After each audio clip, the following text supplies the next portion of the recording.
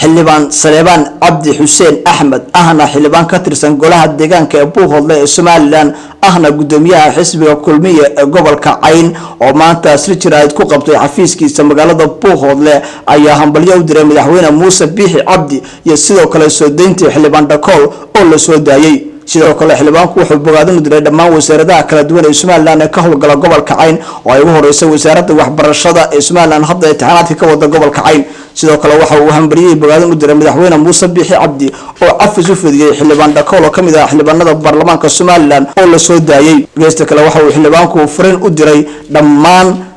wasaaradaha kala duwan ee Somaliland ka howlgala in gobolka ay soo gaaraan isla markaana dhammaan ay howlaha ay wasaaradaha kala gobolka ka hayaan iyaga mid lamid ah ay ka qabtaan in madaxweynaha jamhuuriyadda Somaliland mudane Muuse Biixi Cabdi uga mahad celiyo talaabadii cafiska ahayd ee uu fidiyay xildhibaan Dhakool arintaas oo runtii aad iyo aad gobolkan iyo dadkiisba uga soo dhaweeyeen cafis madaxweyne ay ku soo baxay Dhakool aad iyo aad baan runtii madaxweynaha uga mahad wallahi horta bini aadanku mar walba baahi buu leeyahay baahidiisana waxa dhameyn kara oo Ilaahay subxaanahu wa ta'ala hase ahaatee waxa ugu horeeya amniga oo hadaanu xisbiga nahay anagu xoog la saaray dadkii iyo dalkii dhibaatadu ka jirtay wataas waa la daaqaya waa la isdhex maraya waa la isdhex socdaa wadadii xidhnayd mala muddo ku siman dhowr iyo 10 sano oo qolowdii Buuhoodle imaatinkii xukuumadan hadda madaxweyne Muuse hogaaminayo ayay sabab oo ahayd inay furanto oo la isdhex maro wax nabad ka weyn oo runtii dadku haystaan ama la raadiyana aanu ma garanayo nabadaas ayaa ugu horeeyay dawladdan imika oo madaxweyne Muuse hogaaminayana waqtigeedu waa hadda oo bilow saan rajeynayno insha Allah ta'ala waxa iman doona in dadkan iyo dawladdu waxa u qaban karto u qabato mashaariic loo soo daayo laakiin hadda weydiisay wixii aad qabateen waxa ugu muhiimsan nabadda ahayd iyo isdhexgalka waana qabana dhawaan waxa imaan lecture yimaadaan gobolka wasiiro ka tirsan maamulka Puntland taayada la fahmad leeyahay horta Puntland maaha Buuhoodle Puntland waxba uma yaalaan waxaan kula tan lahaa haddii warkaasi jiro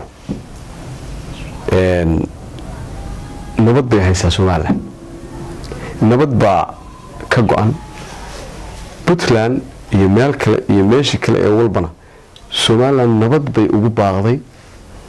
wala diyaar tahay laakiin haddii la siyaasadeeyo oo gobolkan iyo dadkiisu waxay goosteen inay dad ka tirsan dawladda Somaliland yihiin haddii amni darro laga dhaqaajiyo wixii ka yimaada mas'uuliyaddeeda iyaga qaadaya wixii gaaraan iyaga ka mas'uula Puntland maaha gobolku shaqo kuma laha riyaad kuma laha ma soo geli karaan xaduud dheer baa ka dhaxaysa Itoobiya meel ay u soo maraan ma jirto dawladda deegaanka Soomaalida Itoobiyana fasax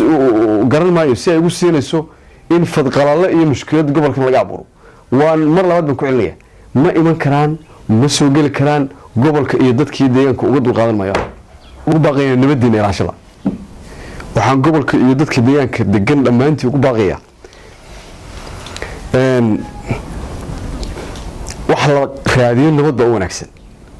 gobolada iyo dadka deegaanka iyo darisadana nabad kula noolaada wixii idinku ay idinku jirina hayeelina wixii mushkilad ku abuurayo oo nabadda haystaan idinka farfaraynayana meel uga soo hojeestaan kula tan la bulshada deegaanka gobolka waxa rabaa halkan inaan mahad celin uga soo jeediyo wasaaradda waxbarashada oo imtixaamadii qaranka guud ahaan gaar ahaan gobolka Buuhoodle si fiican ay uga socdaan oo imtixaamadii si fiican gacanta loogu hayo waxaan kala doonayaa inaan halkan uga soo jeediyo wasaaradaha dhammaantood Somaliland inay ka howlgalaan si lamida sida wasaaradda caafimaadka wasaaradda waxbarashada Xuseen Xasan Cabdi Kalsan TV Buuhoodle